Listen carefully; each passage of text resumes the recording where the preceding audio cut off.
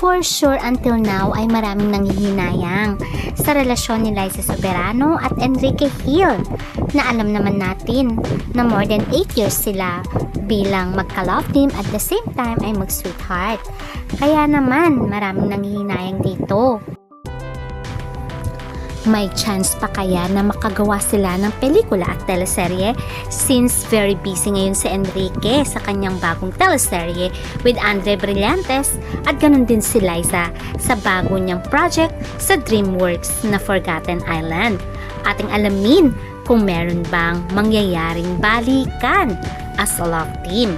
Ating alamin.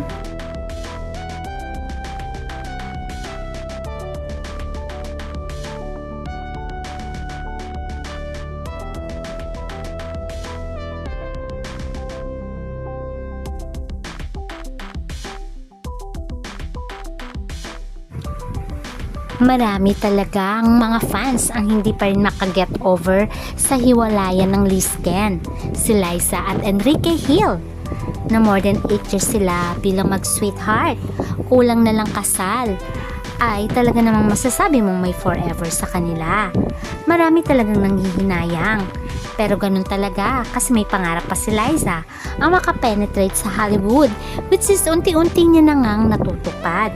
Samantalang si Enrique ay meron ding bagong proyekto.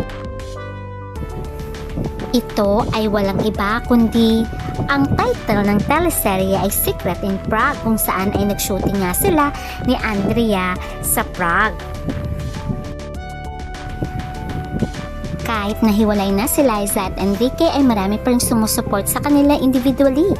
Like itong si Liza ay may bagong proyekto na isang animation. Ito ay ang DreamWorks Forgotten Island, kung saan ay isa siya sa boses ng pinaka-lead sa character.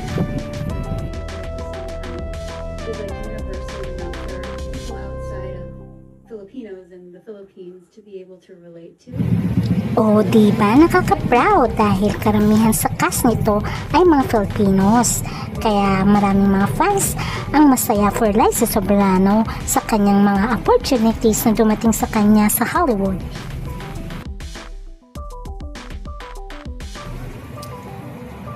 Kaya naman, nang tinanong si Enrique kung ano masasabi niya sa latest project nitong si Liza Soberano, ay sinabi niyang masaya siya para sa kanyang dating ka-love team at dating karelasyon na si Liza Soberano.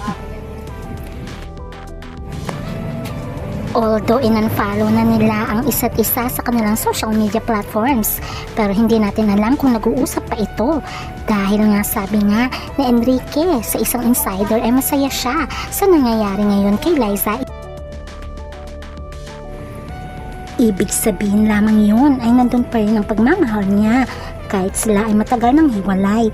Kaya wish nga natin na sana pagdating ng araw ay magkaroon pa rin sila ng pelikula at teleserye. Hanggat sila ay single at walang karelasyon, may pag-asa pang magkabalikan itong si Enrique Hill at Liza Soberano. Kaya itong ating aabangan. Bye!